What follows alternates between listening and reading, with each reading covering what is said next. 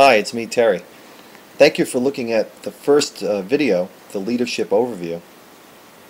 Now it's time to actually give you some content. The first thing that comes to my mind when it comes to leading yourself or leading anyone else is the foundation. The foundation being belief systems. What is your personal belief system and where does it come from? Now, it makes me think back to the beginning point of development as a person and all the influences that childhood and a young adult life bring to your life. Everything from religion to politics to left brain linear education to the feelings that you have that inspire you that you really can't put a finger on, and your opinions about the way the world works. Your paradigm is created by these experiences.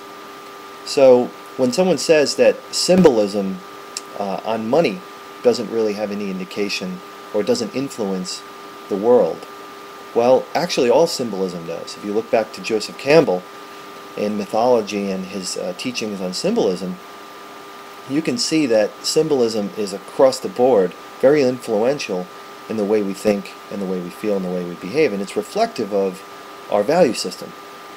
So if you're going to lead yourself, you want to look at your ideologies, your preconceived notions, your opinions, your I would say where is your frame of mind? There's an interesting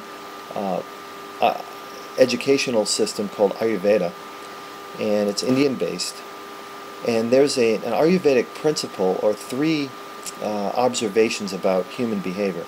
They're called the three gunyas, G-U-N-Y-A-S, and it has to do with your frame of mind and where you're coming from. What it helps you identify is the way most human beings begin to act, like how they act and why they act the way they act, why you say what you say, why you behave the way you behave. The first one is rajastic, meaning a more aggressive, or your intention has a degree of goal setting or aggression.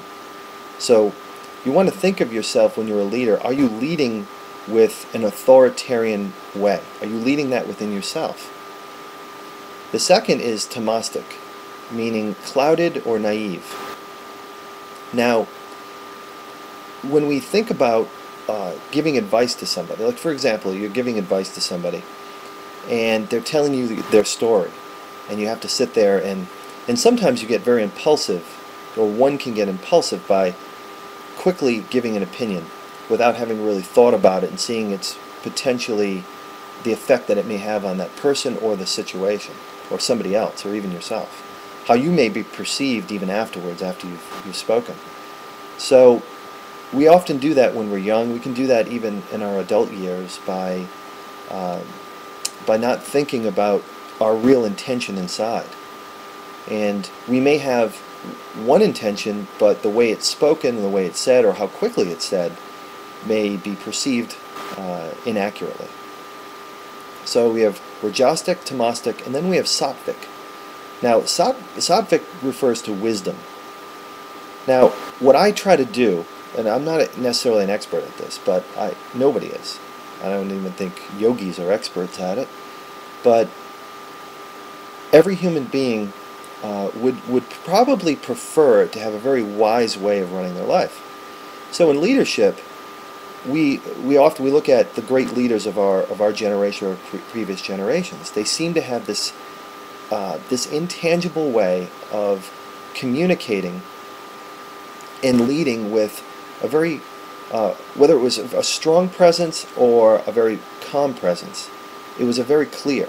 It was very clear, and that clarity, you can't describe it. You just know that when you look into the eyes of great leaders, you see a connection. I'm connecting, or whoever it is connecting to you, understands you. And probably this is the prerequisite to the trust that's required in the next segment. So I'm going to talk about trust. But your belief system, your mindset, where you're coming from, your intentions as a leader or as a person are very impactful in the way you're perceived by many.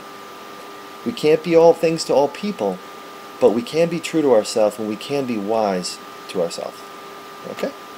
Hope that helps.